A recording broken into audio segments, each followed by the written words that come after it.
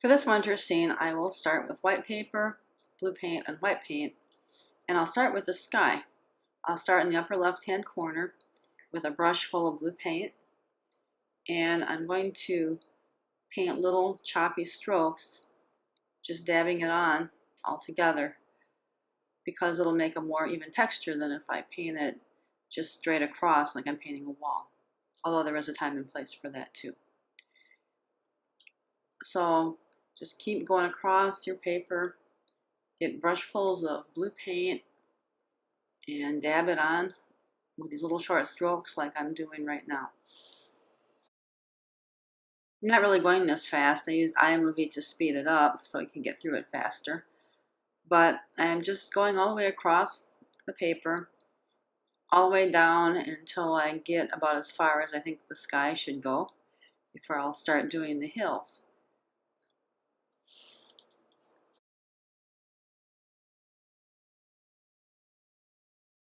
Now here comes the fun part. I've got white on my brush. I didn't bother to wash my brush because the white and the blue are going to mix together. But you know how the sky gets lighter as it gets closer to the horizon and darker as it gets higher? I'm putting white into the blue at the horizon, and I'm letting it mix with the blue because the blue is still wet, and because the white and the blue are mixing, it's giving me a lighter blue. And because I'm just using the little choppy brush strokes, it's giving me a more even texture, which is kind of nice. So now I'm working my way up, just getting brushfuls of white paint, not worrying that I've already got blue on my brush since the paint is going to mix. And I'm just dabbing it right into the wet blue paint, and I'm letting it mix. And you see how, you get different values of blue. There's some spots that are a little lighter, some spots that are a little darker, and that's one of the things that makes it more interesting. It even gives the effect of maybe some wispy clouds or something like that. Okay, now to speed things up again. So basically what I'm doing is I just keep getting white on my brush and I keep working it into the blue. And you notice that I worked more white on to the blue toward the horizon, and I work less white into the blue as I get higher into the sky, so that I get that effect of having the sky get darker as it goes up, lighter as it goes down. And I'm making kind of a dip because I'm going to make some hills there. You can do the same thing, and it doesn't even have to be the same exact hills that I'm making. Okay, I did wash my brush off a little bit because now I'm switching to white, although there's still a little bit of blue in my brush, and you can see that in the white.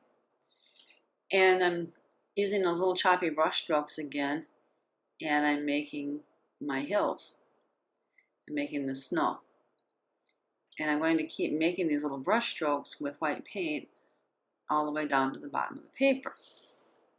Now with the white paint still wet, I'm getting blue on my brush again, and I'm putting it into the white kind of between the hills, and then I'm just gradually fading it out so that it's darker between the hills and gets lighter as it comes out, and that gives my hills more of a three-dimensional effect.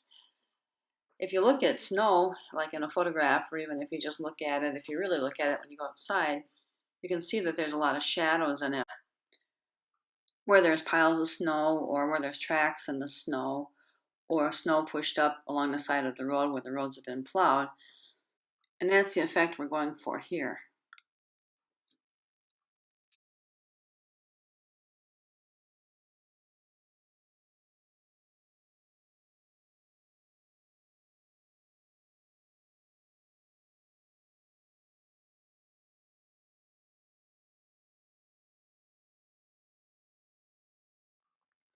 Now you can put some pine trees in it. You decide where you want to put them. Remember, they'll look bigger and closer to the bottom of the page if they're closer to you, and smaller and higher up if they're farther away from you.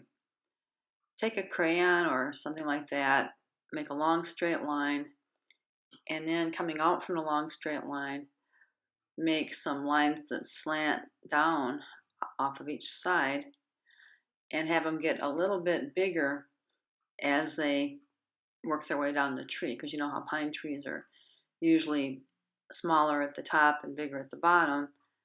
So these are going to be the basis for the pine tree's branches and the pine tree's trunk. So I've got two. I'm going to make one more,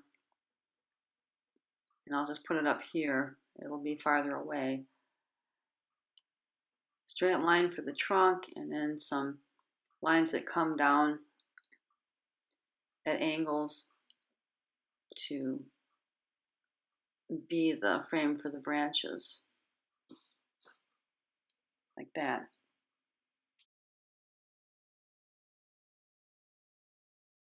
We'll use blue and yellow paint for the finishing up the pine tree. We'll start with blue, and I'm going to hold my brush like a pencil, and then I'm going to make some upside down V's coming down each one of the branches.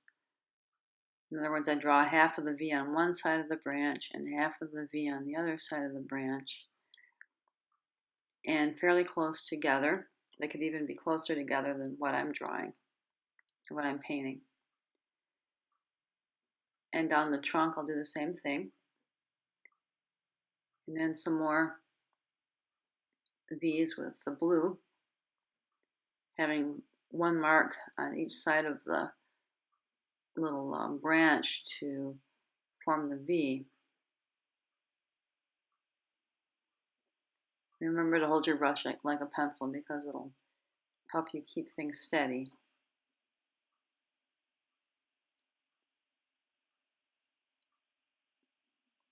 I could have made these fuller. I could have had more lines for the framework for the branches, but I didn't. But you can make yours fuller if you decide you want to.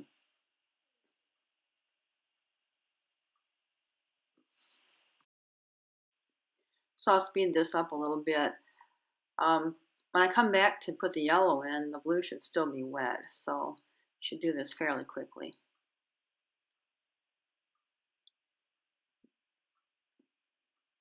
Add a little bit more blue down here. I'm going to put down a line like part of the framework for the branches, only I'll do it in paint. And then I'll paint little things on each side of it. So that's one thing you can do too if you want to make adjustments. All right, now I'm going to wipe off my brush and wash it off, because I don't want very much blue on it, because I'll be using yellow now. Put a little bit of yellow on my brush, and then I'll brush it right on top of the blue brush strokes that I made. And because the blue is still wet and the yellow's wet, then those two colors will mix, and it'll give me different kinds of green, because sometimes it'll mix a little bit differently than other times, and so sometimes you'll have more of a blue green, other times you'll have more of a yellow green, but it'll be a lot more interesting than if I just took green from a tube. It's one of the reasons I like to do this. Another thing about this project is that it really gets into your head that you use yellow and blue to make green. And that's another objective of this project. So hold your brush like a pencil, take yellow on your brush, and just carefully brush it right on top of the blue. Let it mix. You don't really have to worry too much about washing your brush off in between, because the paint's just going to mix. It's going to mix and it's going to make green.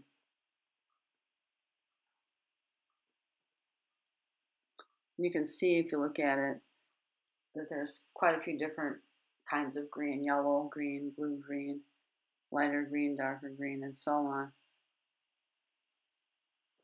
That's a really easy way to make pine trees.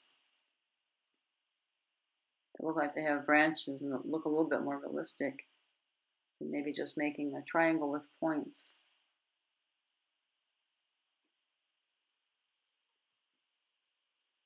There you go.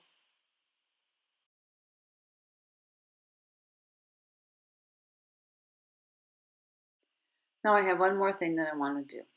I'm going to make shadows that the pine trees are casting on the snow.